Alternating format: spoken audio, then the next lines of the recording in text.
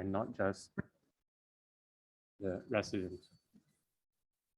So that's my second point. The third thing I want to say, I suppose, is this, that populations are unique.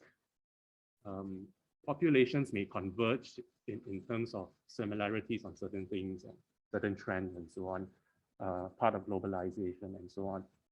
But it is also a truism to say that every society is unique and brings to bear its own unique set of circumstances, which then provides us the opportunity to think up solutions that would work for our respective societies. Okay? So for that reason, the PAS is committed to the study of population in Singapore. Yes, we want to learn from other societies, but we also acknowledge that not everything can be replicated. Right? So from the policy point of view, what solutions might there be? But also conceptually, I suppose the question is, what makes Singapore interesting as a society to study relative to other societies?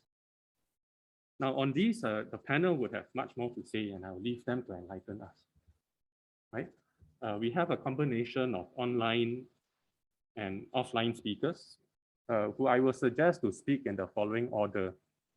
So the first is Ms. Cindy Khoo, Deputy Secretary of the Strategy Group in Prime Minister's Office, followed by Professor Paul Cheung, Director of the Asia Competitiveness Institute, Lee Kuan Yew School of Public Policy at NUS, and then followed by Associate Professor Primchat Domaraju from the Department of Sociology at NTU.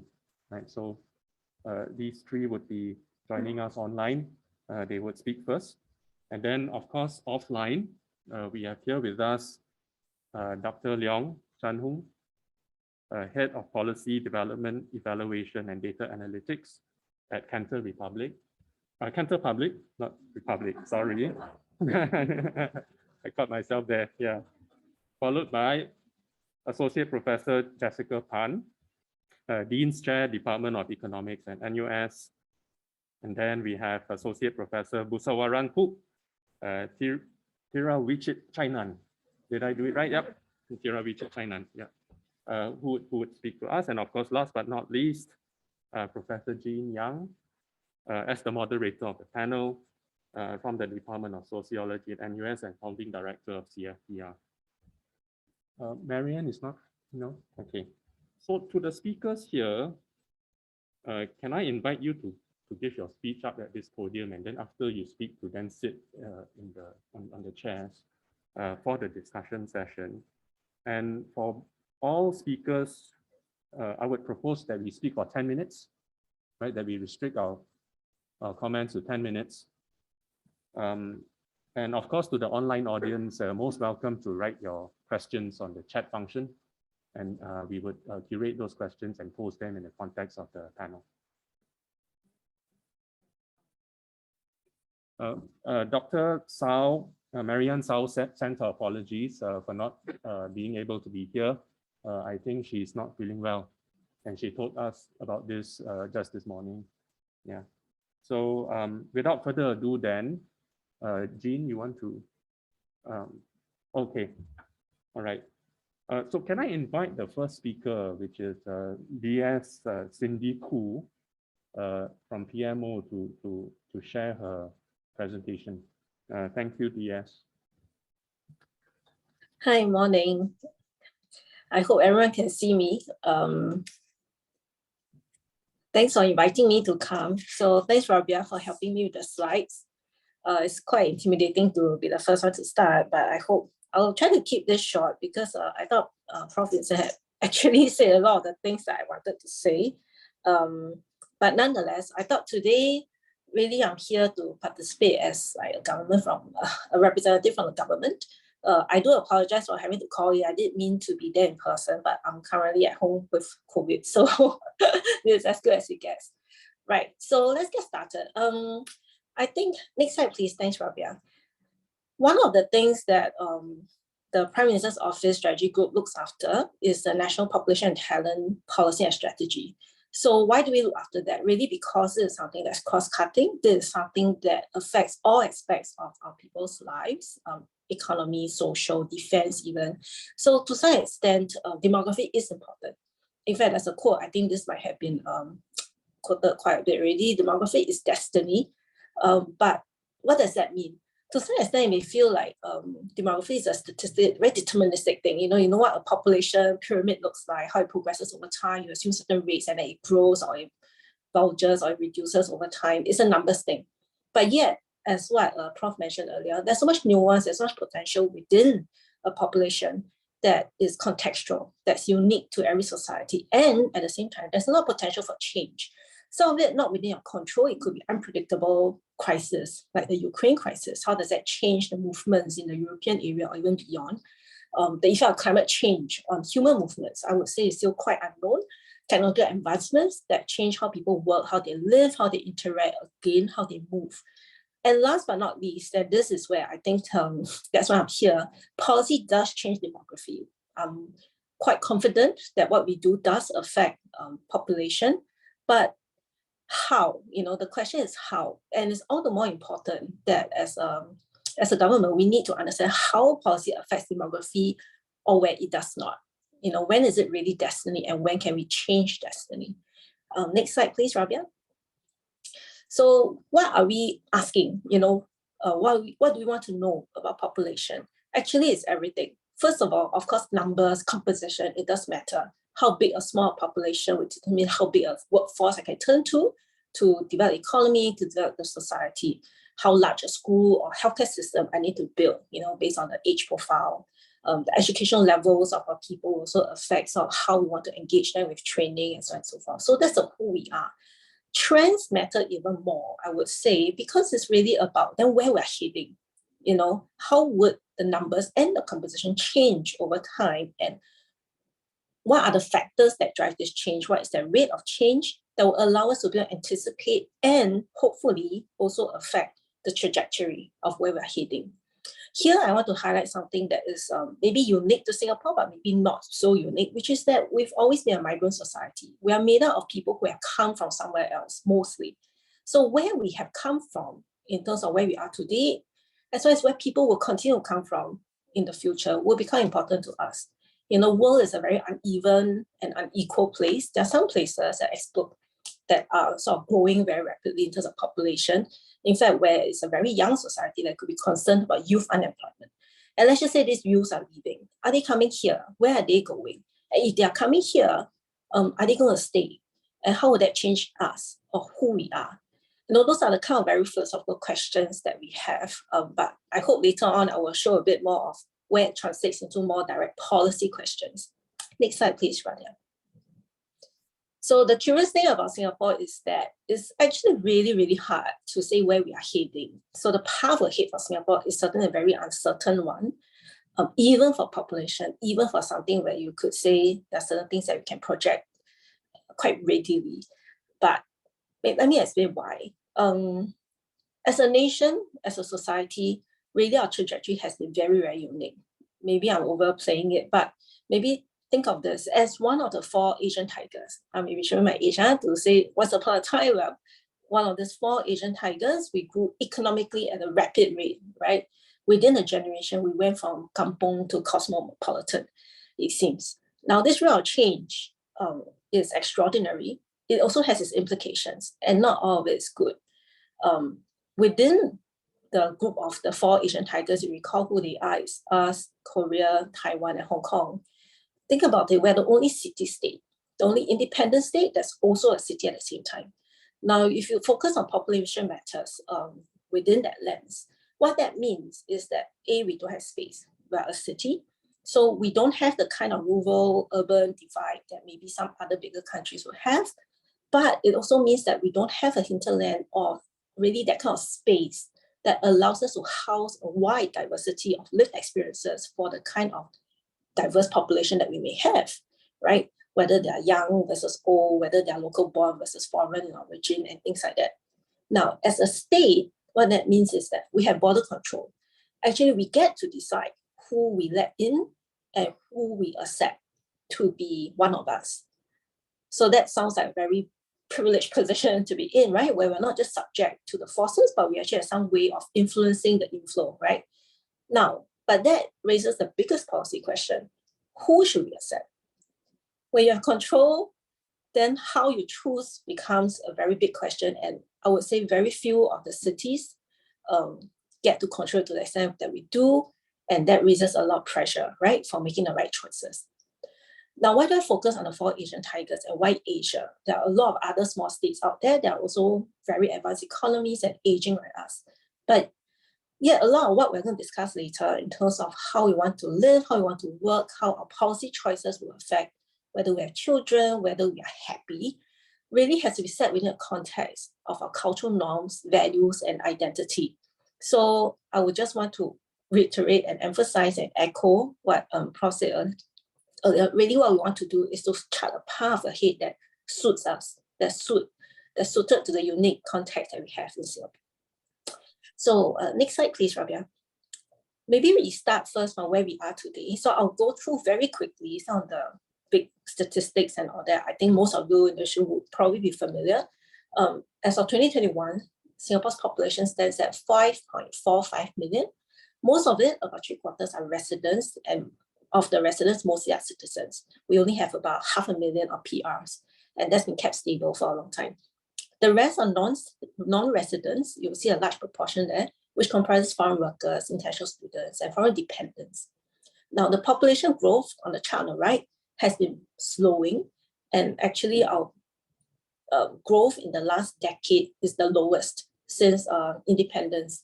So between 2010 and 2020, our population grew by the slowest. Next slide, please. Within that, I think this is one of the most salient issues that everyone knows we're grappling with.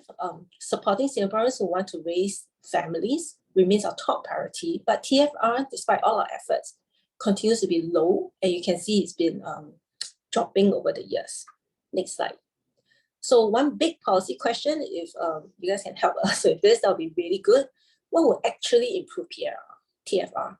You've been tracking the issues. More recently, we have been looking more at sort of helping families balance home and work commitments.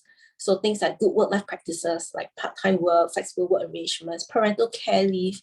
I mean, we've gotten feedback that these are things that really matter. So we are focusing a lot of it. But one question could be, does it really improve, right? We know that throwing money and it doesn't work. So we kind of know that has had some mixed results, but will workplace practices be the silver bullet? We're not sure. So that's something that we can talk about. Next slide. Now, partly because of the low TFR, but not entirely, also because our elderly are healthier now, so they do live longer.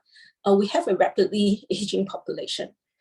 You can see the numbers there. Really, the dependency ratio that we're talking about here will be quite stark as early as 2030. That's quite near. We can rewrite the script towards something that's a bit more productive, more dignified aging for our population, especially because our seniors now are on average better resourced and better educated, right? On the other hand, I think we can't run away from the fact that our society will face greater care needs, and there will be a lot more seniors who are living alone. That's partly the texture and the composition of the population that we have. Next slide. So one question that we have is, how can we tap on our senior strengths while keeping Singapore an attractive home for youth? Or will we also experience what we call a boomer blockade? I think we see this in some of the more advanced economies already, where baby boomers become overrepresented in top jobs, in ownership of property, and even vote share, compared to the younger generations, which causes disengagement and disgruntlement amongst the young, and then they can easily leave. So how do we strike a balance between being able to serve our seniors well, but also make this an attractive home for our youth? Next slide. There are also things that I want to do that has to do with intergenerational relationships. So what builds intergenerational bonds? And can an aging society be a happy one, especially as we fight social isolation amongst the older generation and as family structures change? Next slide.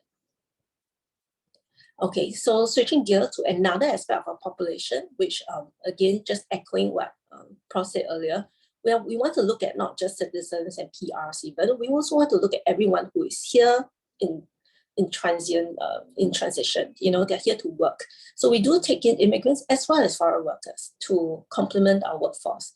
and to moderate the impact of our low birth rates and all that, so that we can continue to grow and have the resources to develop society in a way that houses everybody in a conducive environment. So next slide. One question that what this means as we bring in more foreigners is that it adds the increased diversity in Singapore, partly because of the cosmopolitan nature of Singapore, but not entirely, also because a lot of our citizens do go overseas. We do see an increased diversity of families and communities. So 1/3 of our citizen marriages are transnational, so citizen with non-citizens, and 1/5 of citizen marriages are inter-ethnic. So that's also the interracial and intercultural dimension, even within citizen marriages. Next slide. So with that growing diversity, both for people who are here for the long term, as well as people who are passing through, with a wide range of factors by which people are going to be different and come from different backgrounds, whether it's culture, income, age, race. What builds social cohesion? What builds a sense of national identity, for people who are staying for a long term? And what makes a difference with helping people feel that they belong and there's a society where they can stay? Click. More importantly, I talk about diversity as though that's something that we struggle with, that we grapple with, but actually, I think we can make it our strength. So how do we leverage our diversity, leverage our openness to multiculturalism and make it our strength? We don't want this to be a motherhood statement. We want to be something that can be lived and experienced wholeheartedly, but how do we make that happen? I think from a government's point of view, there's certain sort of social, micro-social dynamics that we need to take note of, and then how to engineer those things, or at least facilitate and provide conducive environment for that. That would be the question that we have. Next slide. So this is my last slide, really to close. I want to emphasize that our goal really is to build a resilient population. Resilient in what ways? Both having the ability to be self-sufficient with providing the opportunities for economic growth, for social cohesion, and so on and so forth, and tackling the many divides that may arise as our population changes over time. I'm cognizant that unlike many other policies where really it's about hard numbers, population issues cannot be approached with engineering precision because we're dealing with human beings. When it comes to people interact and adapt to one another in a very complex system that I would say is probably not fully explainable as yet. And that's where research can come in. There's so much more that we need to learn, be it experiences from other countries or even from within Singapore. So at the end of the day, we want to find what we call secret sauce solutions, that will work for Singapore moving into the future. And we can explore these research questions together. So with that, I thank you, and I look forward to the discussion later with the rest of the panel. Thank you.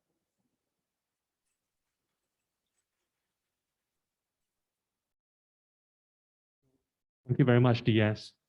The next panelist, Professor Paul Cheung.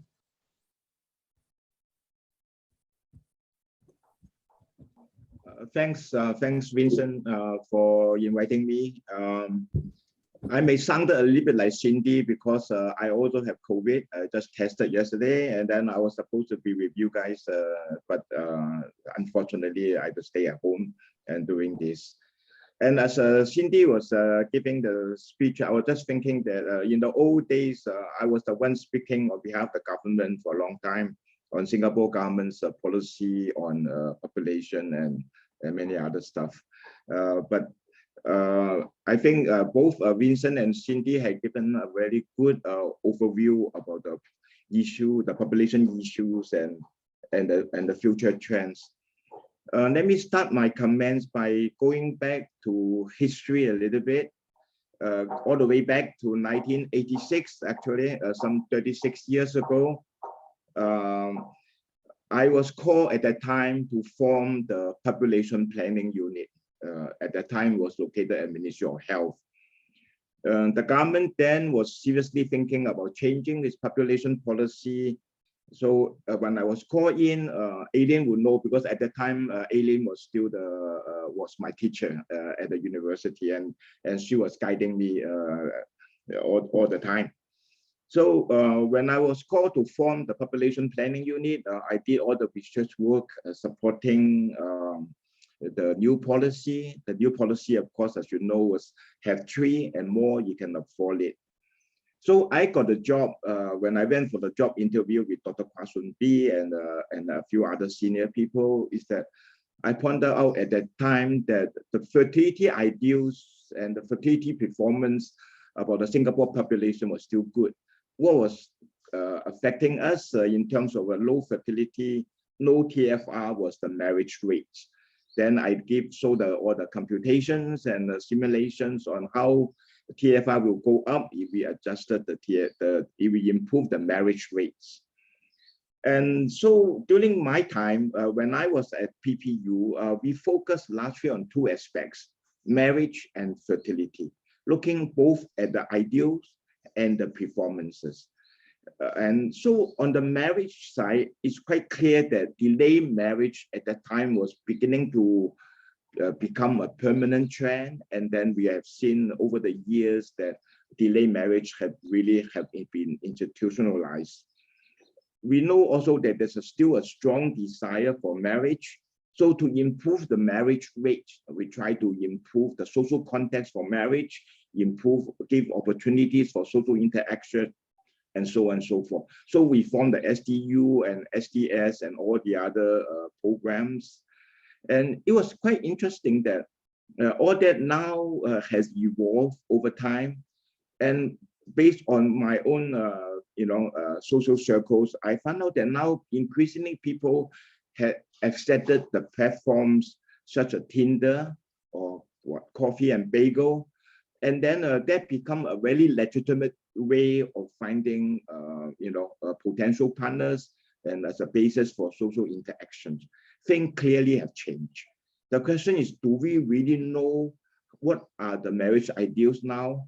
How is the associative mating mechanism, how it has evolved, where people still decide to choose the better educated spouse or high earning as a reason for spouse selection.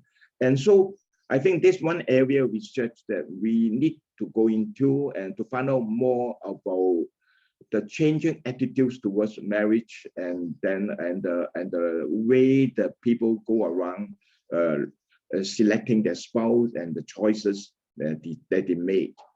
In terms of the fertility ideals, when I started at that time, it was quite clear that the family ideals were still very high. Consistently, the research showed that the ideal family size was above 2. And then we know that people coming in, the SIF sets are always about, they come from large families. So they are quite used to having a large, living in a big family. But now the people who are in the marriageable reproductive ages are coming from younger families. So the family ideal could have changed. Now we see a lot of single child families or families with no children. I think Jean has done a lot of research on this. So how the family ideal has changed over time since when the traditional Chinese family ideals or the Malay or the Indian family ideals, how has it evolved to a modern Singapore family ideal? This is something worth looking at. And we know that at that time, we tried very hard since 1986, the first policy of reducing child rearing costs. At the same time, trying to enhance the incentive of childbearing. This two-pronged approach, we thought it was effective, but looks like we couldn't find the right balance. We have lowered the cost of childbearing quite a bit. Cost, I don't think is a consideration, but child rearing, no matter how much we try to tinker with it, is still a potential, I think, one of the major considerations. But I think the bottom line for why our marriage fertility is declining so drastically is really because the family ideal had changed. And it will be interesting to know that in the urban society, how people perceive the ideal size of a family unit. So all these are traditional demographic topics. I think when we went to graduate school, we studied all these topics during my time. Now the graduate school, I don't know, they study something else.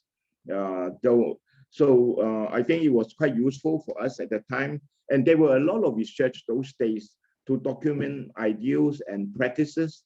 But now I think we have much less research on this. But I think it's very critical. Without knowing how Singapore family is evolving, without knowing how a person choose a marriage, decide on a marriage process, and how they choose a spouse, we will not be able to know at the end the outcome, which is the fertility rate or the marriage rate. And so this is something I think is very critical in terms of research priorities. After PPU, I moved to the Department of Statistics, and I helped build, I would say, a very sophisticated data system for Singapore, linking up all the registers, and then creating longitudinal data files and micro data analysis. For example, now we know the housing blocks. For every block, we know the number of elderly people. We know the long-term transition of the population in the housing block and how the block will age over time if people are aging in situ. So the database allows all kinds of fancy analysis. And then I've been helping URA to do a lot of this location-based analysis, overlaying the population information on top of the urban landscape, all the facilities, as well as the service networks. So that offers us a lot of analysis of location, of people, characteristics, movement, and the dynamics of urban living. But the problem now, what we face is that within the government firewall, behind the government firewall, there are a lot of data. The data are extremely rich, but outside the government firewall, there hardly anything at all. And this is a critical problem, because this problem linked to what I'm going to talk about, the difference between the national demography and the city demography. So far, all our analysis are focusing Singapore as a country. We look at the resident population, we look at the resident TFR, and we look at the projection based on the country. So those numbers are readily released, and we know the trend. We can do a pretty good, and we have a pretty good understanding of a national demography. But do we know enough of Singapore as a city? When I look out from my window, I see a lot of Indians, literally, because along my street, there are 3 houses being built, and they are all being manned by Indian workers. So I have at least about 50 Indian workers walking up and down on my street. I see a lot of young Caucasians in their sporting gears on the bicycles up and down the street, because I live right near the Green Corridor. So it's very obvious that the Indians and the Bangladeshis are coming in, taking over the work permit, being the largest group in the work permit population. The Caucasians are coming in as a large group, as the young Caucasians, not the old Caucasians, as in the active workforce. And of course, we may have other nationalities as well. Singapore, as Cindy has mentioned, is a city of diversity. This is just like New York. And then we have all kinds of people coming in and then making the city very vibrant. But the question here is, are we able to get the information to do good demographic analysis? The bottom line, of course, is not. We do not know the number, the changing ethnic mix of the city. Clearly, within the city, taking all the population, de facto, Malay has become the minority group. India become the second largest. Indians and the Southeast Asia have become the largest, second largest ethnic group.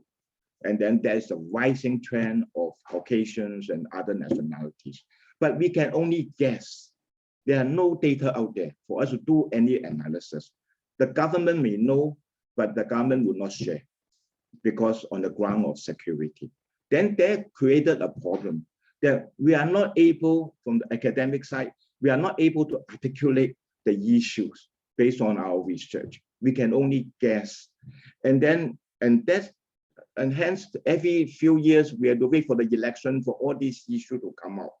And there was no sort of informed discussion about the trend lines, about what's happening and alternatives to policy. And as Cindy has mentioned, we are privileged, we can open and close the gate easily. But the question is, who is the one making the decision? On what basis does he make the decision? And can we provide some evidence to provide policy options for the person who make the decision? But this, I would say, is an important research options.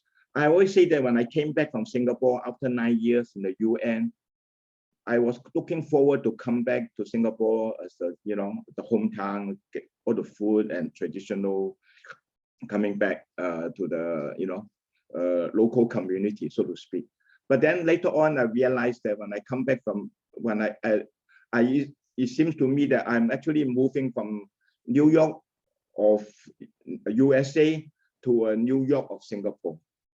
That there's so many different kind of aggressive young immigrants in Singapore, and the adjustment is pretty tough. And then I was really surprised the number of young aggressive immigrants in Singapore, and maybe I'm really getting old, getting pushed around, and so Singapore as a city, we need to maintain the diversity, but how to build integration, how do you maintain the sense of balance is critical. But at present now, the lack of data do not allow us to do any detailed and in-depth analysis. I think that is something that we really need to, I hope the government will seriously consider this. So Vincent, I would like to put this on the table first, and then maybe we can have a good discussion afterwards. Thank you very much.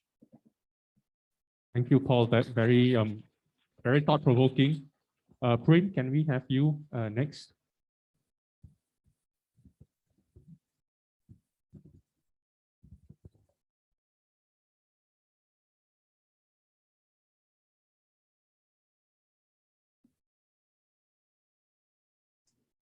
Okay, thank you. Thank you, Vincent, and let me just give me a second.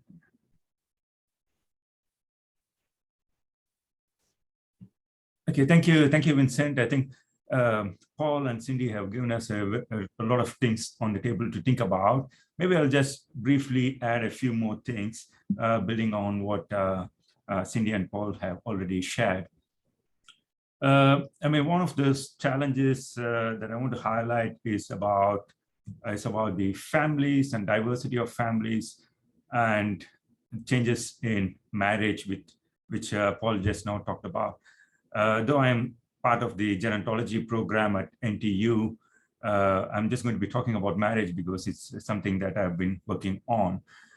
So one of those challenges that we know is happening in Singapore is those changes, not just in terms of who's getting married, when they are getting married, but also who they are getting married to and how stable the marriages are and what other options are there besides marriage. That's why I put it as union rather than marriage. So there could be other forms of unions. And these things have an impact on family size, structure, relationships, and many other aspects of our social life. And building on that, I want to highlight a few things about how they are impacting families, especially on family structures, and what it means for both policy and academic research. Again, this might be very familiar to all of us. And as Paul was just now sharing with us, non-marriage, as he rightly said, has been institutionalized. Right? It's not just getting delayed, but a significant proportion will not get married in their lifetime. Right? That's what is meant by institutionalization of non-marriage.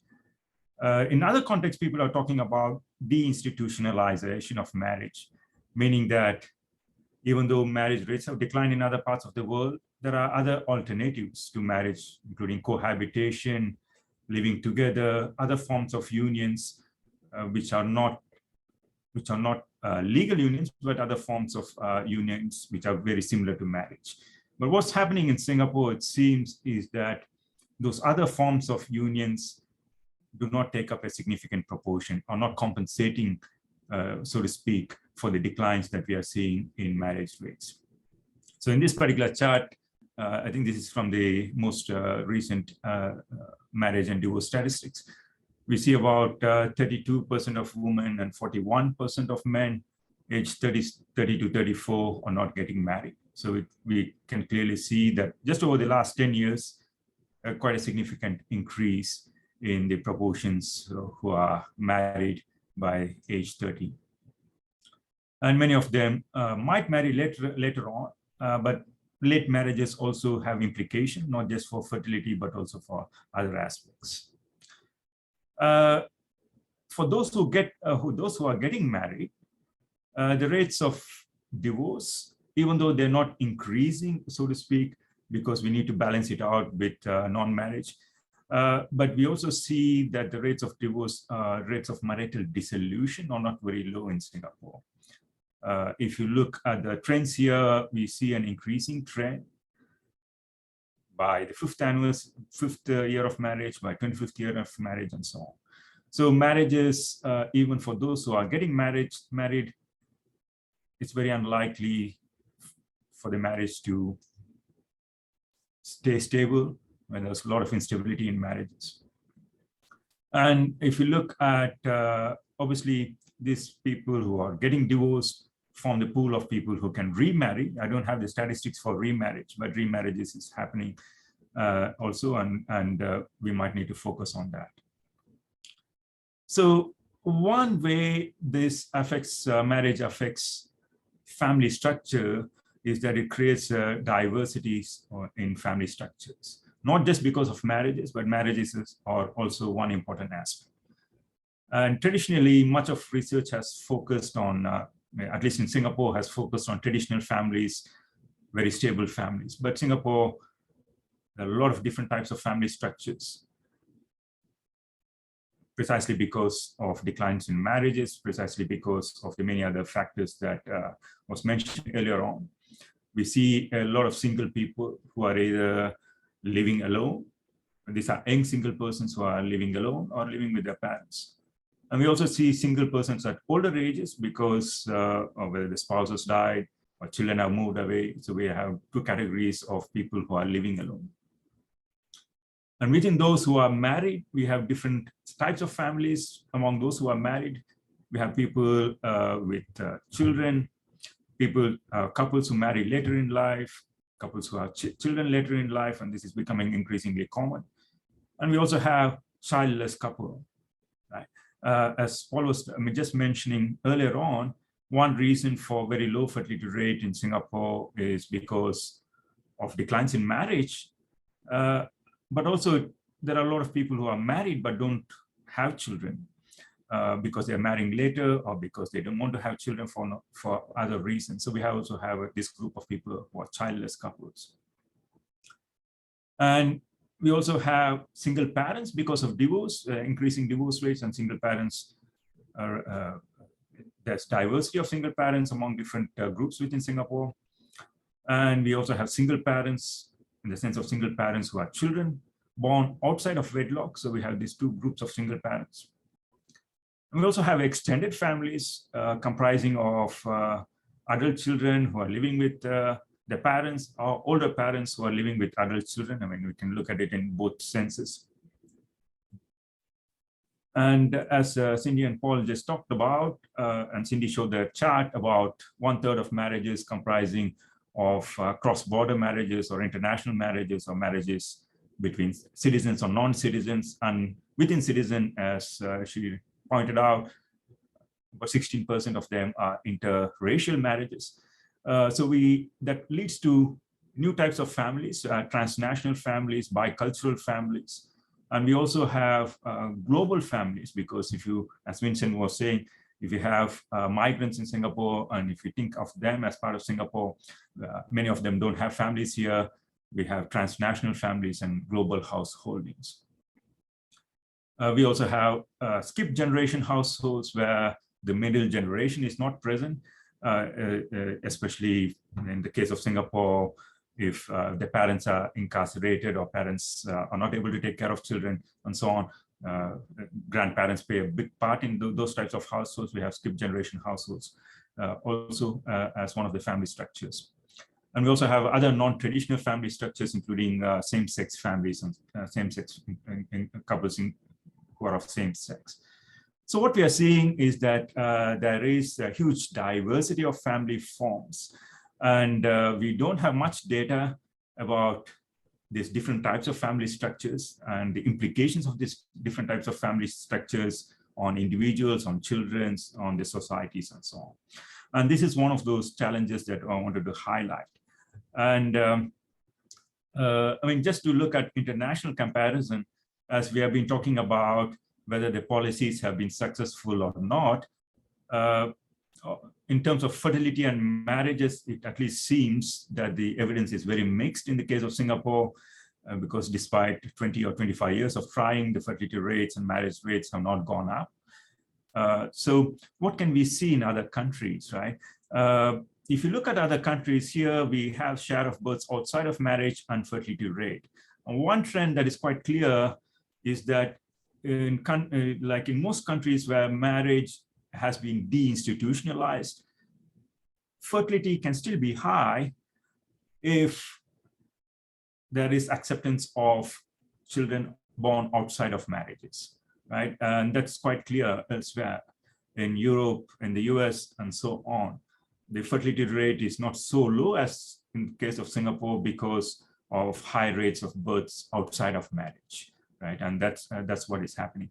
Obviously, Singapore here is way down because the share of out of wedlock births, I think it's about 2%. It's very low, and so on. So I think one policy aspect or one challenge is that when we are trying to maintain traditional families, when traditional families are no longer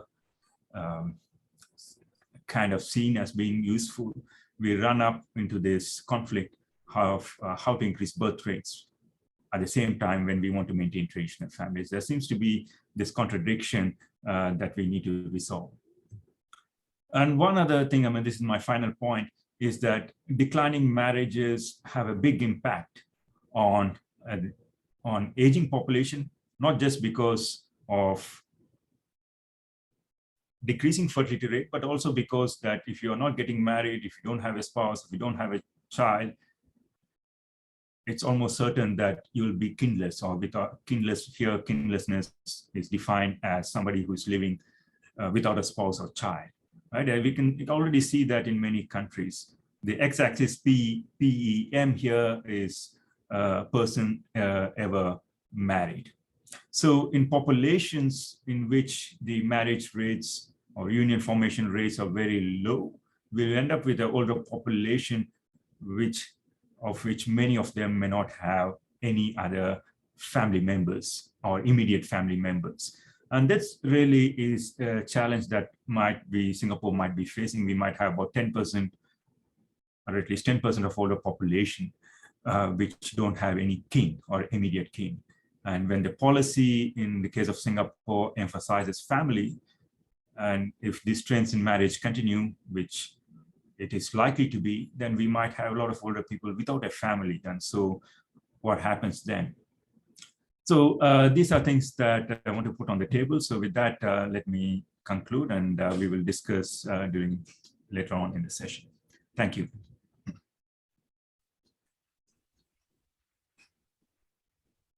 Thank you, Prem. Tan Hong, you want to?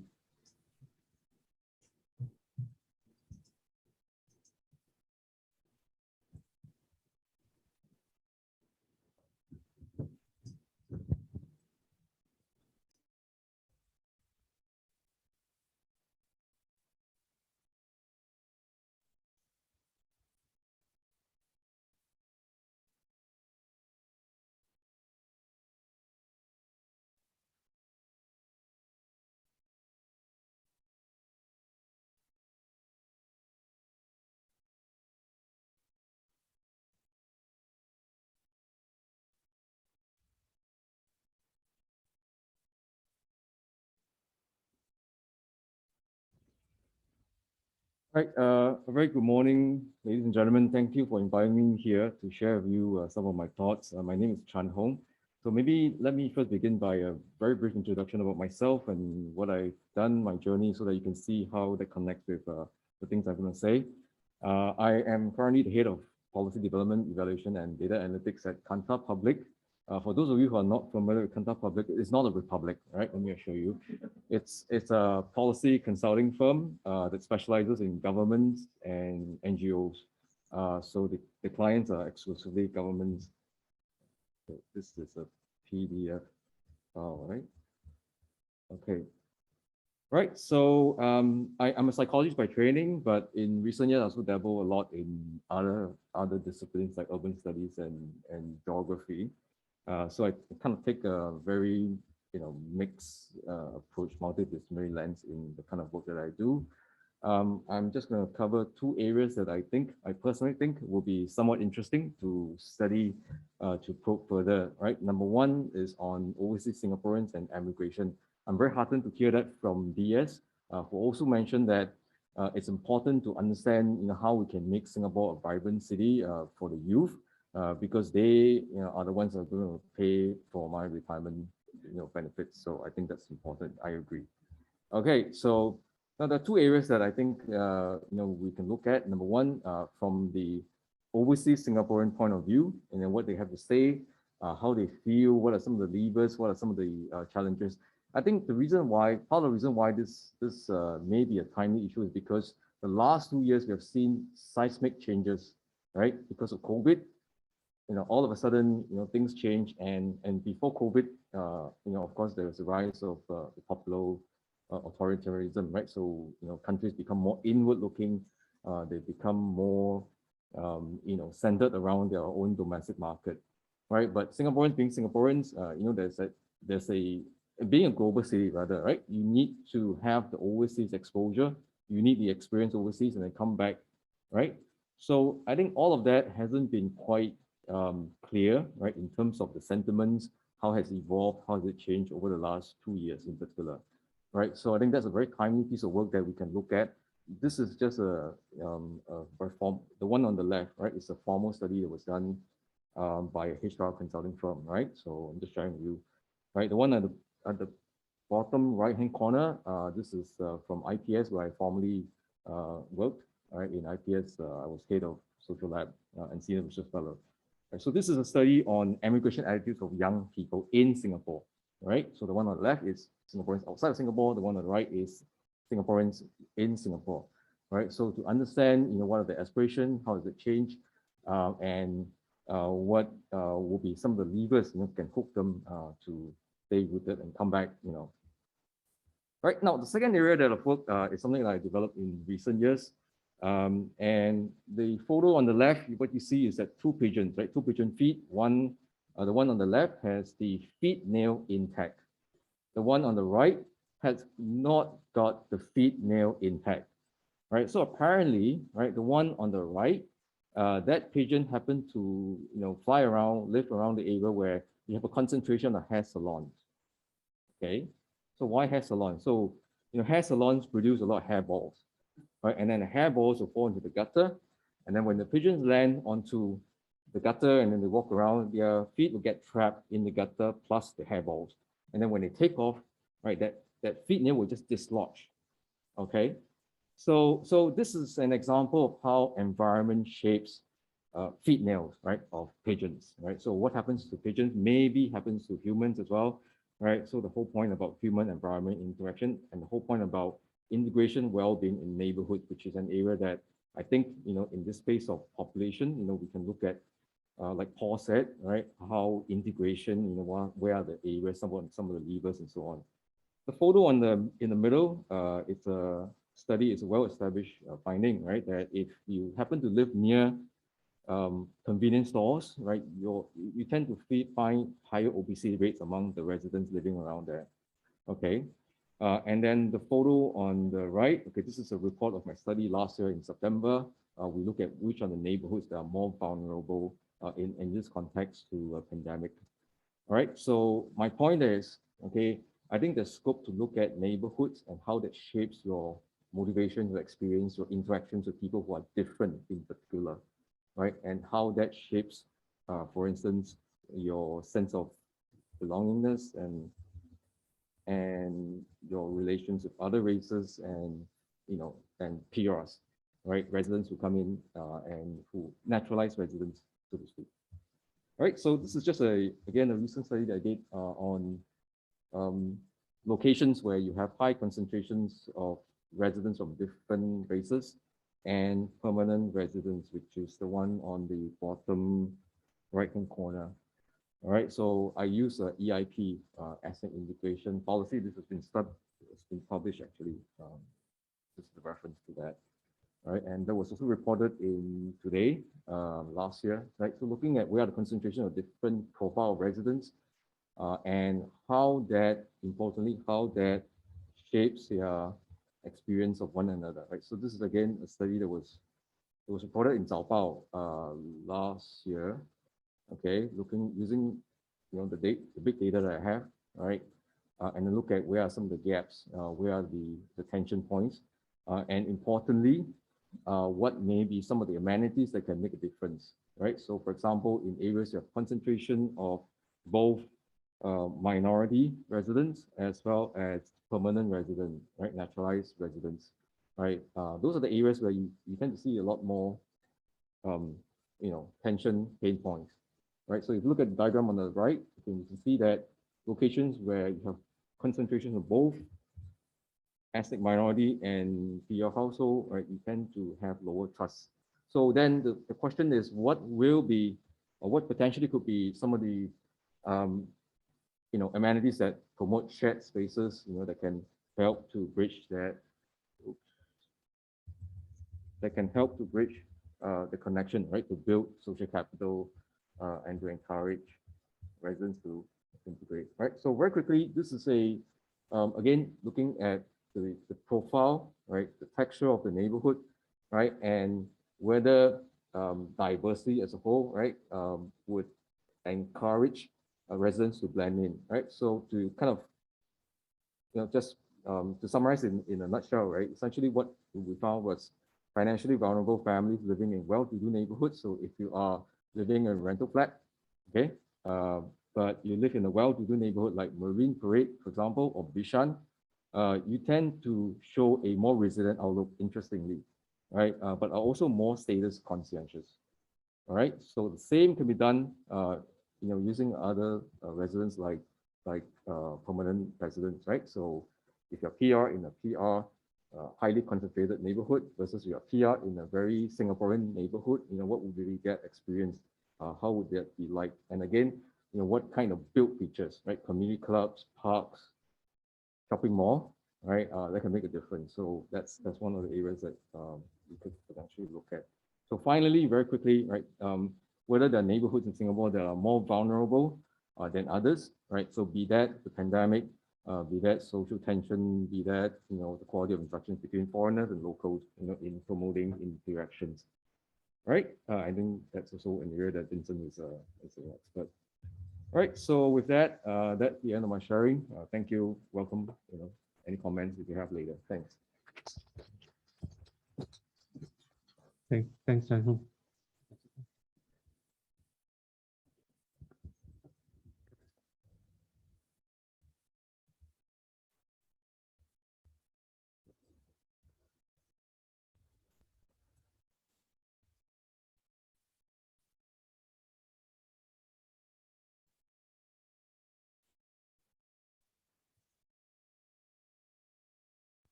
Thanks very much, Vincent and Jean, for having me. I think sort of some of the issues, I think we've talked about a lot of very, very interesting issues, and sort of, I think I'm going to be continuing on some of the themes that we've already talked about, but I think I want to sort of present a little bit of maybe my own perspective on what I think are some of the pressing population issues in Singapore, and maybe really focus more on the theme of how they might be interlinked.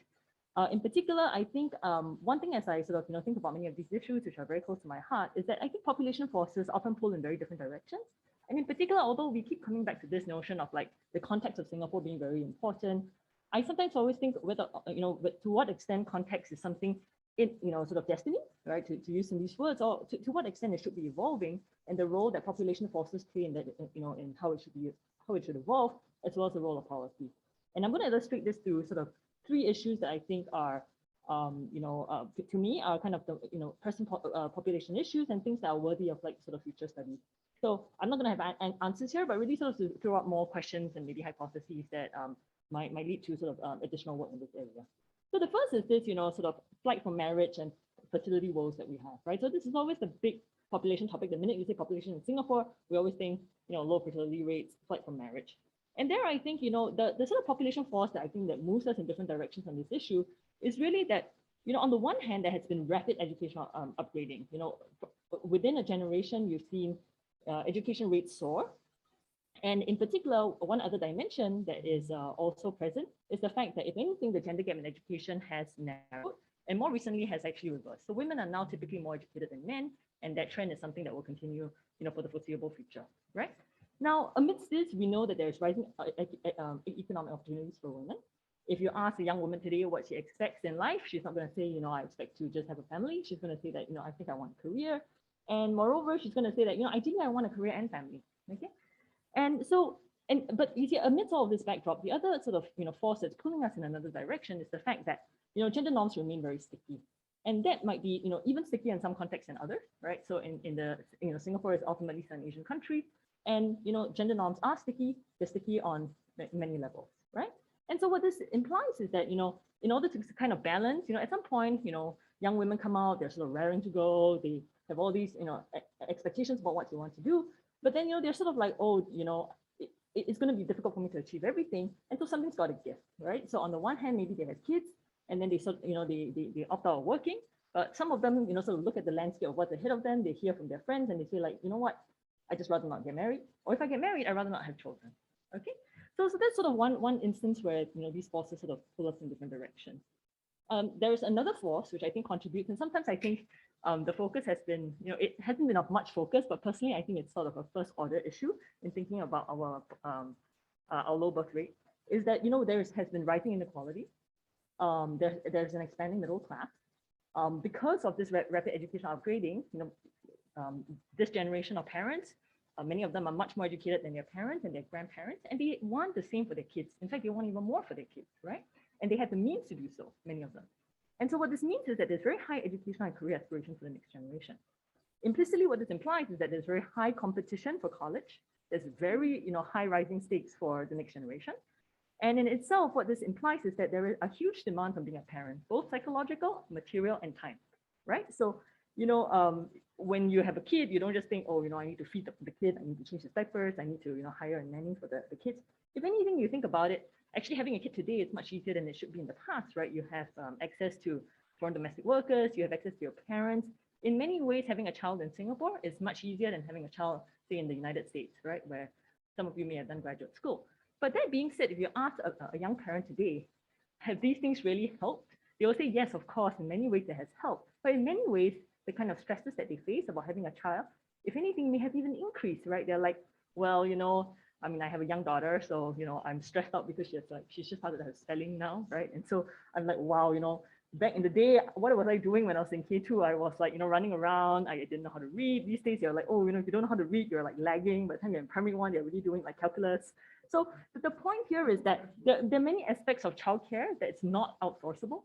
And the whole point is that, as society evolves and, there is this increased demand for wanting the best for your child, and there is rising inequality, this leads to some sort of rat race that fuels even more inequality.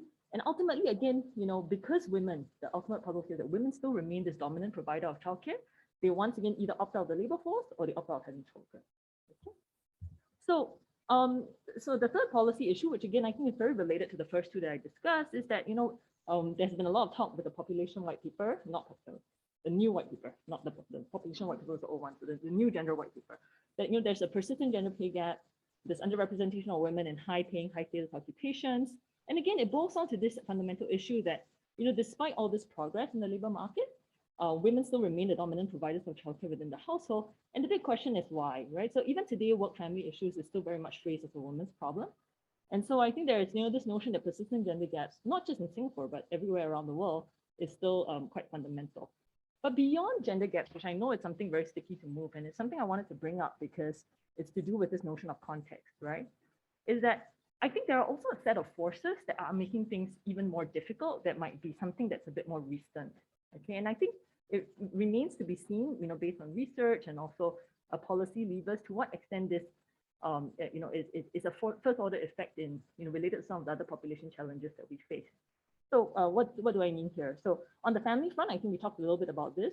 If anything, over time, if you look at the data from the US, for example, it'll be interesting. And I think Jean has some stuff on this with SG Leads, is that parental time spent with kids has been rising, and particularly so for higher income parents. So again, there's this socioeconomic gap in time spent with children, right? And what this means is that with a culture of intensive parenting, the time cost of having kids have risen.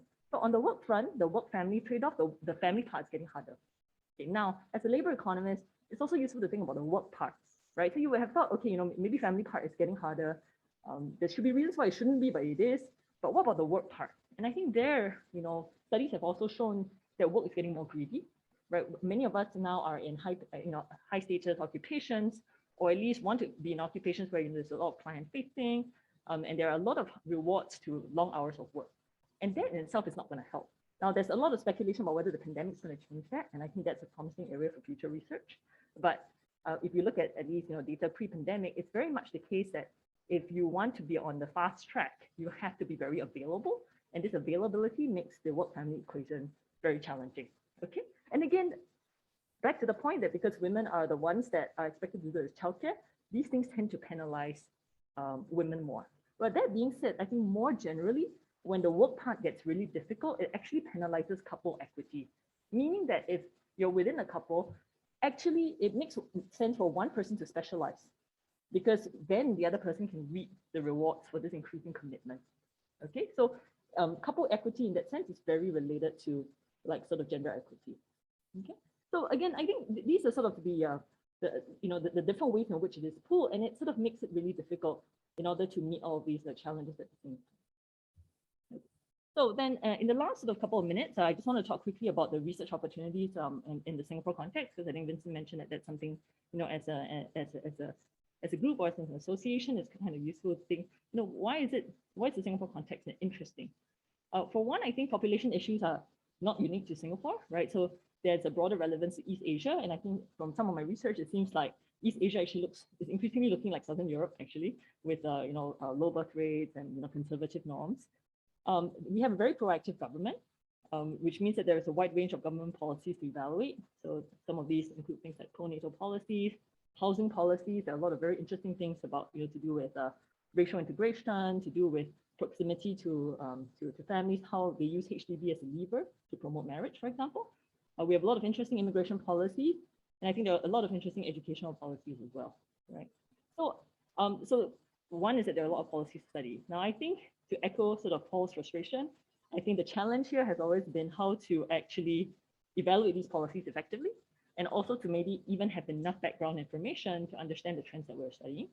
And there, I think I phrased it in sort of a more positive light, because I think there's a potential for leveraging on rich administrative data. But any of us in the room who have tried to crack this have basically not been very successful, because I think by and large you really need very strong buy-in from the government to access much of this data. And so I think again it's a challenge moving forward, but I think there must be increasing dialogue between government and academics in order to try to work on this. That being said, I think I just wanted to point out something, is that, I think at the university level, I'm involved quite a bit in LSAT, which basically has been trying to put together very rich administrative data on NUS graduates. So the selling point here is, of course, there are a very small subsample within a very big population of Singapore, and maybe not even a very interesting one because they're, very particular. But I think one reason why they might be interesting is because there's very rich data. Secondly, is that one could link surveys that one does to this administrative data on their educational records, for example. And why this might be useful is also because, as you know, there aren't that many universities in Singapore.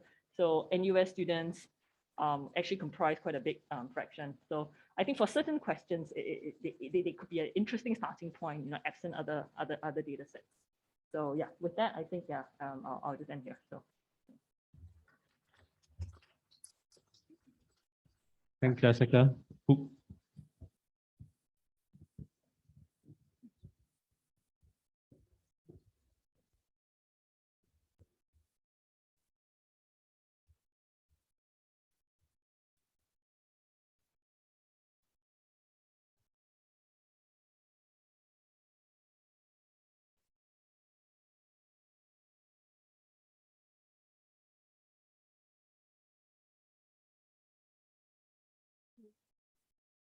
All right. So I feel like, I'm not too sure how much I could add to this, already very good conversation that other panelists have started. But let me try to say a few things that, particularly actually some research that close to my heart and what I've been very interested in. So I think one of the key area that should continue to receive attention is with regards to how demographic transition or the demographic shift that Singapore experienced, how that have implications for the well-being of older persons, their family, as well as society as a whole. Right? By demographic transition, so this again, this is not a new topic, but it's something that is continually shifting and require continual monitoring and evaluation. So by shifting demographic transition, I'm referring to the trends in decline fertility, smaller family size that, a number of prior panelists has already talked about. I'm also referring to trends like the increased geographic dispersal of family members due to opportunities overseas or globalization. I'm also talking about the trends in increased longevity among Singaporeans, right? I mean, increased life expectancy, but not necessarily the healthy life years, right? Something that we should take note. By well-being of older persons, it refers to not only their physical and mental health, but also how happy they are, their life satisfaction, right? And the health and well-being definitely will have implications for the type and level of support that they need from their family, as well as from communities or from the government. And conversely, the status of older persons' health and well-being will also have implications for the kind of contributions that they could make to society, right? I mean, there has been a lot of conversations about productive aging, about healthy longevity. This kind of thing has already been in the minds of academics as well as government agencies.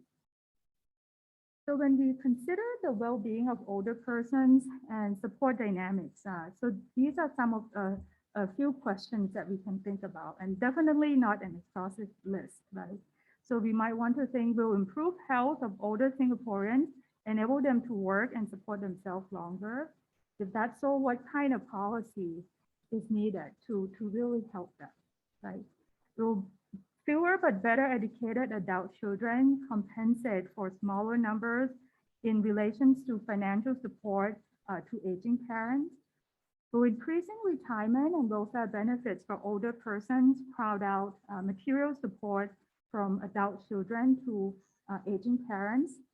So what implications this will have for intergenerational ties, right? Something that other panelists have already mentioned. Right, so having fewer or no children at all, right? Would that allow older persons to accumulate greater wealth for their own support in old age? And if that's so, what kind of incentive or policy should be put in place to allow people to do that?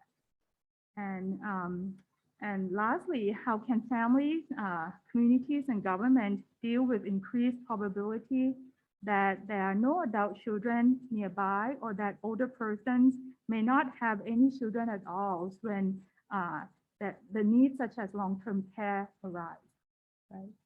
So many of us here have been doing primary and secondary research on these very questions.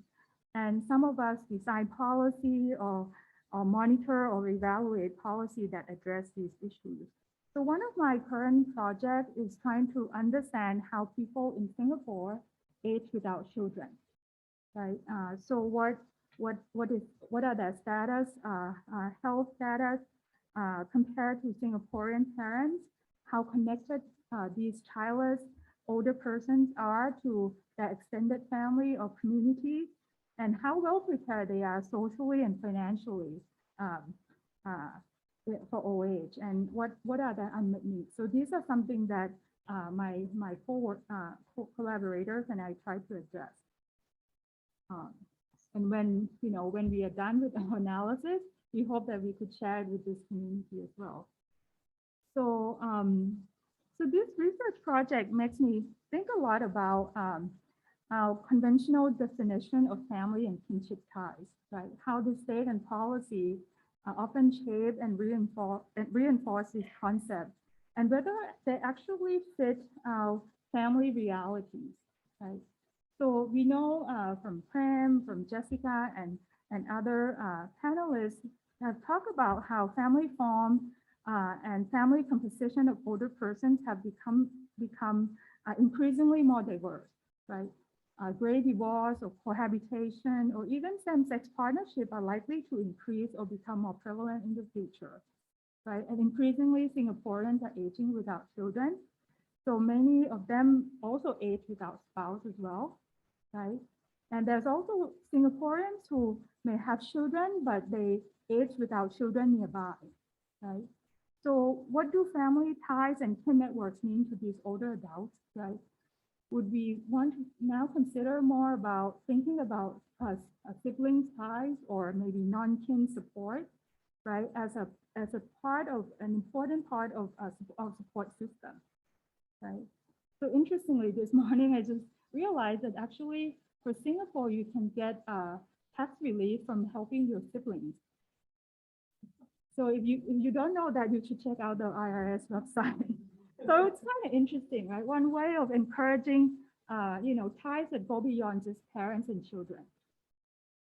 So essentially, what kind of environments do we need to accommodate and support Singaporeans who are growing old in very diverse family contexts? So in addition to rethinking about the concept of family and kinship ties in the context of population aging, I think another important area to consider is to think about how Singapore situates in this shifting demographic context of Southeast Asia as well as Asia broadly, right? So while our focus should be on Singapore, the demographic shift in countries that are surrounding Singapore will also have implication for the well-being of population in Singapore as well, right? So this call for cross-national comparative research that puts Singapore in a broader demographic context, right? So let's, it's clear from this slide. So this is data from World Population Prospect, so this is UN data. So it shows that, Singapore is the most aged countries in Southeast Asia. And by mid-century, proportions of older persons in Singapore will basically catch up with countries like Japan and South Korea, right? So far, how the country, how Singapore addressed rising long-term care needs. Many families in Singapore rely on informal care support from foreign domestic workers who are actually coming from neighboring countries, right? Philippines or Indonesia or Myanmar, right? So while this kind of approach may help address the needs that are rising from population aging in the short or medium term, but we also need to bear in mind that these demographic shifts, population aging, lower fertilities are also happening in other Southeast Asian countries as well, right? So if you look at this, my last slide, so proportionally, Singapore will lead other Southeast Asian countries in terms of the proportions of older persons by mid-century, right? I mean, 40% of the Singapore population will be projected to be aged 60 and over, right? But it's important to note that when looking at the change, if you look on your right-hand side, right? Looking at the change in terms of the percentage increase in the absolute numbers of older persons, right? You could see that countries that look kind of relatively young in terms of their population structure will actually have double or triple in the size of the older persons, right? In the absolute number of older persons, right? So what this means is that families in these developing Southeast Asian countries will also face similar kind of pressure that Singapore is facing now, right? Which is how to take care of their own older persons, right? Or their aging parents, right? So this call into questions the sustainability of relying heavily on foreign domestic workers for long-term care provision in home-based care setting in Singapore. Right. So and this is one of many examples of why it is important to pay attention to Singapore, but also try to put Singapore in the broader context, right? Because Singapore is a migrant society. It's a society that relies a lot on what's happening around them, right? Okay. So with this establishment of PAS and many expertise that many of us bring to this group, and I hope that I think we are quite well positioned to not only address the issue of Singapore, but also how Singapore is placed in the broader in the region as well as in Asia in general. So that's it. Thank you so much. Thank you, Paul. I invite the panelists to come on stage, to take your seats.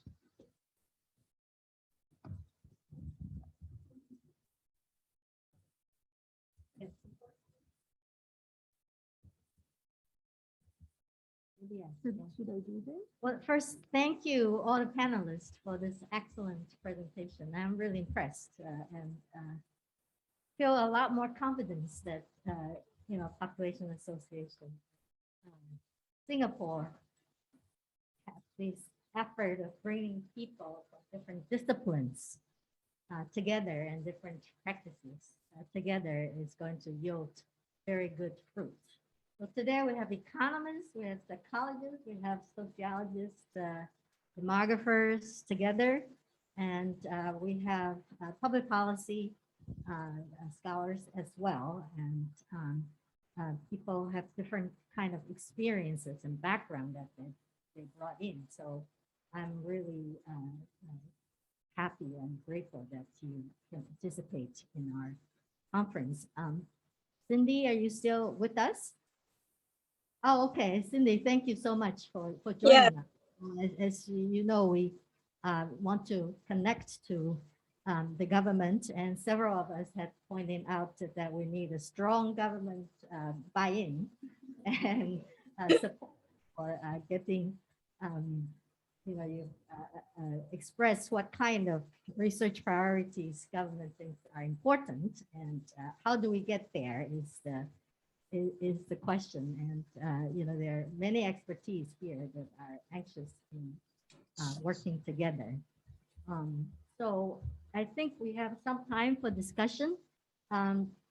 First of all, let me ask from the audience, both online and here in person, if there are any people, anyone wants to address any questions for any of the panelists first, or to each other. You have questions for anyone who has presented the data? Any questions?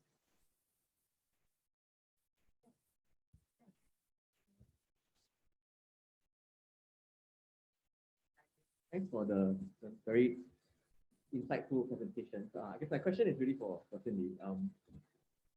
I guess how does come from as a representative of the government, I guess, how does the government see this, like all this industry, academia partnership moving forward, right? How can we best collaborate as we move forward to push population research forward? And I think one of the big things that one of us have said so far is this availability of data and how we can leverage data together to push this push research forward. So I was wondering from your point of view, how can we best collaborate to make this happen?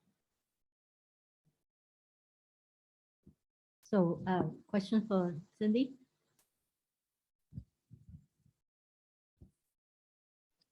Sorry, I couldn't hear very well, but if what I'm picking up is the notion of the use of data in order that we can collaborate better. Is that right?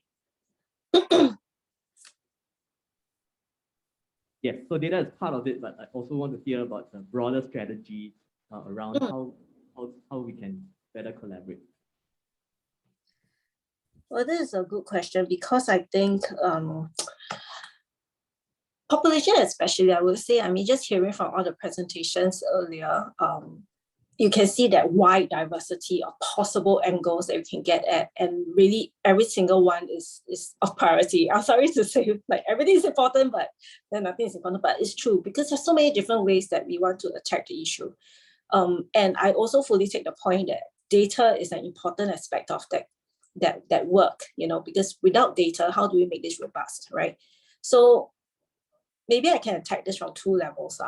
One is from a collaboration point of view, the topic being something that we are both interested in, that's of relevance to Singapore, whether it's of relevance to Singapore in terms of informing immediately what we do, or maybe sometimes it's retrospective, but that helps sort of bring us better understand what might be coming forward, so on and so forth. There are different types of questions there, but that relevance, first of all, is important. So that's what today's session is about, right? For us to have that exchange and to be able to share our views, and then to be able to see, actually, maybe there are certain things that you are looking at that we didn't even think about, you know, from the government point of view. And then it's helpful for us to be able to learn what is possible. And, you know, sometimes there are research methodologies that we weren't even aware that is possible for us to be able to leverage and to be able to find good insights that will inform policy. So that exchange in terms of being able to find neutral relevance is important. Then second, what enables this collaboration? I think that's where we need to get to the next level of detail in terms of the types of collaboration. At one angle, which is the one that civil servants like ourselves would typically be most comfortable about, is that we already know there's something that we want. We put out a question and we look for the researchers who we think would be able to answer these questions for us, and we are happy to work with them. And that's where then we go through all the authorizations for data access. We give them sort of like, we work with them to scope the study, to facilitate the study and all that as well. We pay for it and things like that. So that's one form of collaboration. But I think those who have been involved in it, both on the government side as well as the researcher side, it's a very resource intensive kind of collaboration, right? It requires very deep, intense engagement. And sometimes coming to mutual understanding of how you want the study to go, and like and sort of even when the findings come out, how to interpret it and all that. I can sense that, I mean, it's not uncommon that sometimes on the academia side, it's very uncomfortable, you know, to work that closely with government. You know, there's a sense that maybe you lose that sense of independence and all that. And we are conscious of it, and we try to not overstep and all that. So this is a bit of a dance that we need to do when we have that kind of collaboration. At ideal state, probably that shouldn't be the primary form, because it really restricts the range, right, that we can cover. Both from a resourcing point of view, we can't be doing so many of these projects all the time. And second, I think it limits the creativity and the possible diversity of perspectives and angles and topics that can come up. That is sort of defeats the purpose. I mean, if it's a matter of just, you know, academia answering whatever questions that government has, then what's the point of having that wealth of experience out there independently exploring things and all that? So the data access point is an important one, because sometimes you want to be able to do research without having to get that permission to do so. And those are the kind of things that we actually are very happy to hear from. And there are a lot of things that we're trying to do now to free up more data to go out. So for example, I think last year, DOS had the once in a decade census report that just came out, right? And with it, actually, there's a lot of micro data that has been released, anonymized, of course, but hopefully that sort of, if you go in there, dig around, I'm not sure, maybe that is the kind of data that you have been waiting for and it's out there.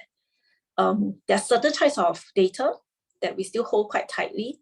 I think, was it Paul who talked about some of data related to, say, the foreigners that are amongst us and all that. So I did a quick check. I do think that's not covered in the census data that's been out there. In fact, I would say the people who have that data, even within government, still hold it quite tight.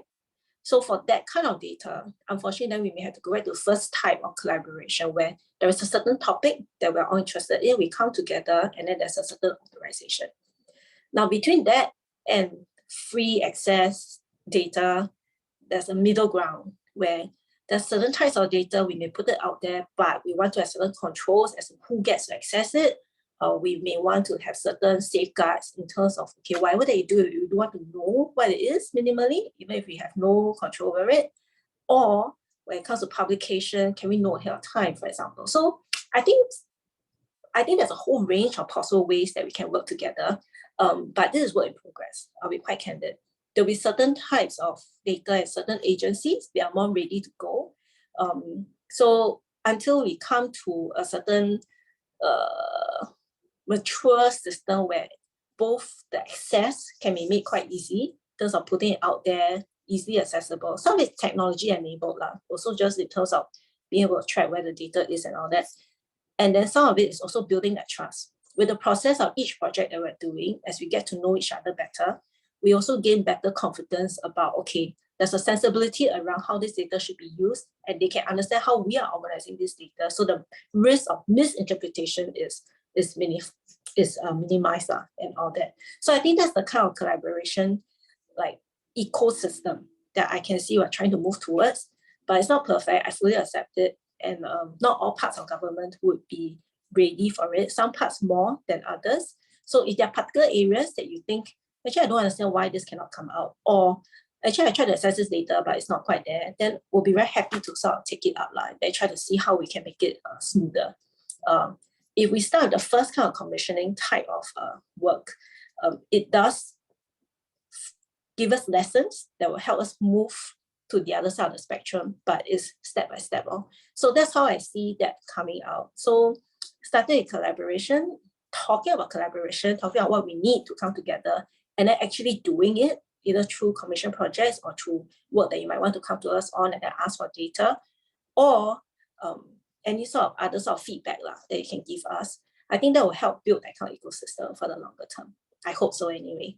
Thanks for that question. I hope this answers your question.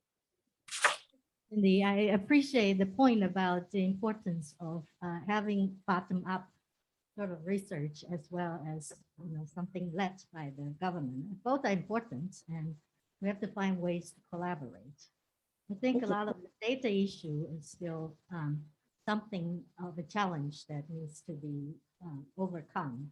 For example, some of the more micro-level data, even the census data or income or expenditure data.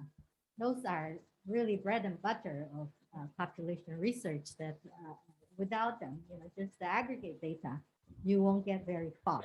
And so some of those basic ones, if we can push a little bit further, that would be really great. And bigger grant, considering that it's very important to have longitudinal data that are out there and nationally representative data out there that's really good. Several of us actually mentioned the importance of studying immigration. People that are out there or people who come in, stay here for a while. Both the flow and the stock of the immigrants are very important, but all our data are about the residents only so far. And so, these kind of efforts requires a lot of resources, money and time and all that. Either governments take the leads to do it or provide some resources for others to do it. It would be really great. Paul, do you have other ideas of how to improve and move things forward for this field in terms of data?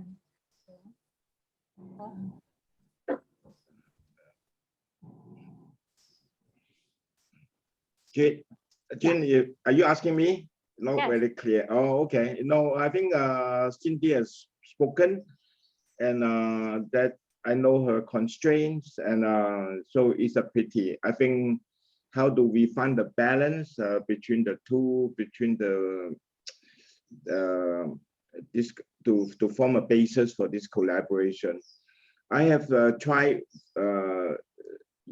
over the past years to try to build an intermediary functionality for the government to use the university as a way to deposit the databases and other stuff so that we can work on a secure data access for academic research. This is being done all over the world, except in Singapore. And I push it very hard. And then, and in fact, at the Lee Kuan Yew School of Public Policy, we were trying to set up a center on the data innovation and the policy analytics center to be the house for government databases that are prepared to be released for academic research. But however, that project didn't get off the ground at all, and despite all the good intentions behind it. So I think it will take a while more before in Singapore that we will be able to achieve some kind of a greater understanding on the sharing of the data. Great. Well, let's continue the effort. Yes. Cindy, you wanted to say something? Yeah, I mean, I think Paul understands the difficulties on the government side, but I also appreciate the pushback. So I think this is one of those situations where please continue to push. I think this is one of those situations where the more you ask and the more we try to move it, and sometimes when we are able to make it work, it sets an example for the rest of government. You know, like every single project where we get to move that line a little bit would matter. I like what Paul talked about with the idea of an intermediary. Unfortunately, it didn't take off. I don't know anything about the project, so it's not that I killed it or anything like that. But I think that's always something that we want to play with, is about where it sits and where we can put up the safeguards. I think the safeguards are not there to restrict access, but it's to set up the rules of engagement for that access. And I think when we design it well, hopefully, that's where the civil servants on our side get some assurance that, you know, that the data is not going to float out there and then like cause damage to government reputation and so on and so forth. But at the same time, there's easy enough access for, you know, researchers to be able to use that data in a meaningful manner. So I get the point about it needing to get to certain levels of granularity. I get the point about certain types of data. I don't have a good sense of which are the ones that can move more quickly. So probably it's just one of those situations where we have to go topic by topic, you know, segment by segment, and then sort of try and free it up. The floating population point, which is also what Paul talked about, the non-resident side, I think I appreciate the interest. And I think, unfortunately, this is something that's quite new to government in terms of sensitivity. So why I highlight it being new is that the more new it is, the less experience we have with having to use this data, pulling it together, what people can get out of the data, so on and so forth. So again, then the barrier of entry might be higher in terms of how we can open it up for access. The old categories like race, religion, like even income to some extent, actually we know, you know, under what circumstances it tends to be a bit more sensitive. So we know how to build out the data. So I think there are different types of data that are really at different stages of development, so to speak, in terms of readiness. And we're very happy to continue working on it. I just want to say, as much as we are working on it, both internally in terms of being able to bring that data and then having a shared understanding of what we can set out and all that, is also the mechanism by which it goes out, which is why I emphasize the idea of going on a project basis. Because I think on a project basis, it's easier to attack it at a certain level of granularity and draw lessons that help us build that system, as opposed to trying to build that system first, trying to address all sorts of situations, but then it's the lowest common denominator that will dominate, right? Because people are risk averse. So I think top down, bottom up we'll continue working on the system. And so let me know if there are certain projects right here that you guys are already doing, where even on a project basis, the data access is quite challenging. We can try and see how we can facilitate that. Yeah. Thank you. So this linking to administrative data is also very important, and we'll continue to discuss that. Dr. Eileen Wong, we have her in our online. Dr. Wong has been very supportive when we set up the Risk Population Association in the last year, and she has had up a lot of government efforts related to population as well. So please, Eileen, we'd like to hear from you. You typed something. Would you? Oh, hello. Yes, I have already typed something. Go ahead. Actually, I want to follow up on the comment by Ms. Cindy Koo. Yes, I will read out my comment. On the role of bottom-up research or the study of micro-communities, I think the building of trust between government agencies and researchers is important, as you mentioned. But one aspect of this collaboration or trust is that the government needs to buy into qualitative research data. It used to be that qualitative research was, almost routinely ignored because it was said that, sample size was small, the methods were not rigorous, and the personal individual observation. But I think the last few decades of methodology advances in qualitative research should be sufficient to have the government agencies accept qualitative research as a valid and vigorous method of research. And so even if, say, some official data is said to be too sensitive to be released to us in terms of, say, block by block data, I think what we can do as social scientists is to offer the bottom-up and micro-community research to the government to consider for policy purposes. Yeah. Thank you. Thanks, Dr. Wang. I fully agree with you. In fact, that's one of those things that we are trying to build up capabilities on even internally to try and make sense of it. Like I said, the methodology has shifted. You guys, of course, a lot more advanced than within government. We are still conservative. I fully take that point. But we are coming around to it because to some extent, the lived experience, as you pointed out, is not something that can be aggregated, but we're really looking for patterns. So that's where patterns is really a matter of where we're drawing those patterns from and the method by which you draw those patterns. Sometimes it doesn't lie in the numbers, it lies in the stories, So I'm no expert, so I would say I'm not going to be able to say what it takes for us to go take it more seriously. I would say we are interested in taking it more seriously. Now it's a matter of how and where it's going to show up and how that plays out in also, like I said earlier, the projects that we're doing. We currently also tend to commission more of the kind of projects that we collect data, we do surveys, we analyze data in a certain way that does modeling and so forth. I think there will be more projects coming out now where we are looking at more qualitative type research. Then how that looks like actually in that process, again, is that learning that we hope to get, out of those projects. Because as we do those projects, again, then there'll be more people within government who can appreciate what it looks like, how it can be very tangible and very credible, and then you build confidence again. So this is all part of that confidence and trust building process. So I fully agree, and just to say that I agree with you, and there's that effort that's going on, but it's again also still just growing. Thank you. Jean, can I follow up with a question for Dr. Leung because time is running out? Yeah, Chan-Hoon, can you tell us how did you measure the rise in tension in neighborhoods with higher concentrations of minority group and PRs? I don't think you touched on your methodology in your presentation. How do you come to this conclusion, this higher tension in this kind of neighborhoods? That's a very good point, Dr. Wong. I didn't go into the details because I only have 10 minutes. So effectively what I did, what Jessica pointed out in one of her slides, which is to merge administrative data with survey data.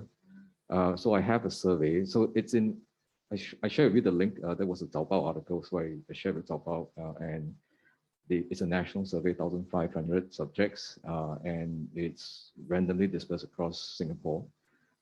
So the locations would have captured their responses, their evaluative data, right? And we merge that with the environmental data. So my neighborhood, for example, if I live in a neighborhood where there's a high concentration of Malays, PR households, Indians, Chinese, and so you can actually see how that environmental context shapes their experience above and beyond the demographics. So you partial out your income, you partial out your gender effect, you partial out your race, your age effect, you see the net effect of environment, right? Whether it's a Chinese neighborhood, a Malay neighborhood, or you have a very sizable, significant number of PR households. I just want to have a quick rejoinder to the question about data, with respect to DS point. I think it's a two-way process. It doesn't have to be coming from the government, to me, or it could be me to the government. I say this because for that specific study, where you merge racial and immigrant environmental data, I got it from EIP portal, and I don't think that portal was designed for a study like what I did. So EIP portal, Ethnic Integration Policy portal, the HDB portal. So I don't think it wasn't designed for someone like me who did what I did. I put it that way. So I think it didn't sit well with some of the agencies, and I did have phone call, so we had a conversation. But ultimately, but I'm safe, right? Trust me, right? So ultimately, I think the whole exchange, I think kind of, we know the positions of the ministries, and the ministry understand where the research is coming from, and I don't think there's any invisible force that shapes how we report and the research agenda, right? And if anything, I think it actually helps. It promoted a more positive appreciation of what we do as researchers, and I am still very much involved in that project. It's still ongoing. I'm looking at other variables in the context, and I think it's a way that actually we build that connection so that we trust. There's more mutual trust, in sharing data. So yeah. So going back to the point about sharing data, it's not necessarily from government to the researcher, but it could also be from the researcher to the government. Because if there is a good piece of research, I think it's always good to engage relevant ministries, and they appreciate what the implications of the study. Yeah, agree. I think we're starting to do that. Some of the bigger surveys are starting to share more of this data with the ministries, and they're interested in. Sorry, I want to just make a very short comments on this data sharing issue. For me, the bottom-up method is a very valid way to share between the researchers, instead of just ask the government to provide a platform. The reason I mentioned about this is I recently heard from MOH that the government already started a platform called Trust. So to link different researchers to share their data from different divisions of the hospital, so that they could have an ethical and professional way of data sharing. So for years, our colleagues have many MOE tier 1, tier 2 data, and we also use between friends and colleagues. If we can have a platform kind of provided by the government, we don't need the government data, we just need a platform. I think that will create another mechanism for us. I just want to get one word in. Sharing is not cost-free. It takes a lot of resources to prepare and user services and all that. So we need more resources for all of this. We have time for only one more question. Anyone wants to suggest other research priorities that are important for us? We've heard marriage and fertility, of course, continues to be very important. Friend notes that non-traditional families are actually very important. For the step family, actually, friend, we have 24%, a quarter of every year's marriages are in fact second or third order marriages. So in fact, that's very important. And the issue of cohabitation and non-marital childbearing issues, those are also very important. The issue of TFR has come up quite substantially. Yes, family forms are changing, family structures are changing. But I think that the issue of family has always to be seen in relation to work. Mary Brinton's work about the two going together and so on. But my question pertains to because you frame this in terms to Jessica, you frame this in terms of the motherhood penalty, but actually it might be a bit broader. It actually entails a parenthood penalty because, you know, family norms have changed. Fathers these days are expected to do more as compared to perhaps a generation ago.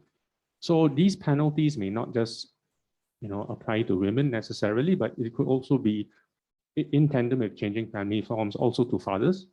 Is that possible?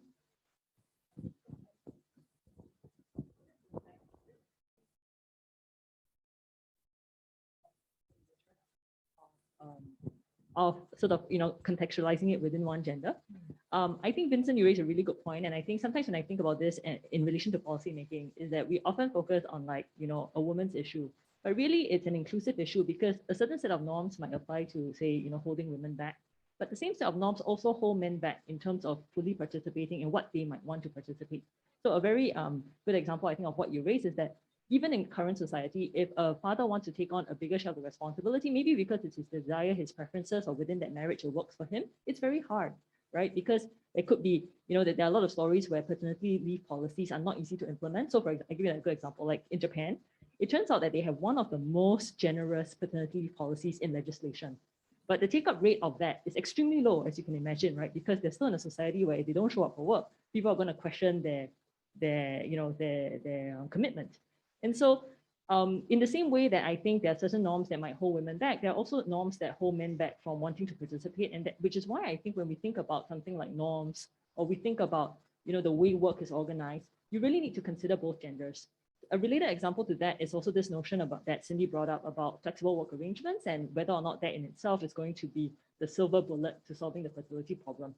My sense is, sorry, Cindy, I really don't think so, because again, underlying that is that if we have more flexible work arrangement and only one gender takes it up, it's back to the issue of a compensating differential, where like you're just going to increase gender pay gaps because you're going to be penalized for taking that flexible work arrangement. Instead, what you hope is to have a flexible work arrangement where both men and women can equally buy in. Then you might have some hope for that being the silver bullet. But that, again, it comes back down to, again, you know, what is the fundamental force that makes it difficult to do that? So thanks for raising that question. I think it's really important. Yeah, I think I agree because work is work. And work will penalize anyone who takes time off, whether you are male or female. Exactly, yeah. It's just that it's penalizing one more than the other at the moment, but it could in other ways, yeah, you know, penalize the other group as well. Yeah, in fact, maybe even more, right? The penalty for a guy taking off work, maybe even higher than for a woman taking off work, because it's not expected, yeah.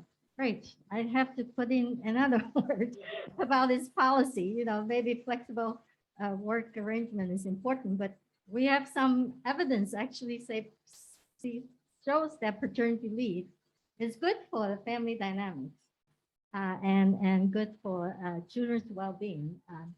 My own take about this fertility and marriage rate is not to focus on fertility rate, TFR or marriage rate as a target and end in itself, but focus on enhancing the well-being of people who are involved. Finding out what young people need and what they want. Their attitude has changed, as Paul has mentioned. And how do we change them? And as a society, whether we're willing to, you know, accept broadening the boundaries of family, more of these non-traditional alternative arrangements. So this is a long conversation. I think we have a great start here.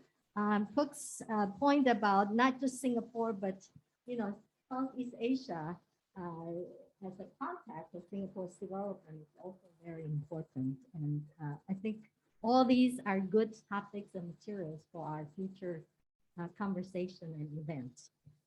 We're out of time, so we have to stop today. But let me thank all the speakers, really great speakers. And Vincent for sharing, and all the participants for your great questions and comments. We will see you next time in our events. Thank you very much, everyone. Bye. Thank you. Thank you. Thank you. Bye. Bye-bye. Thank you.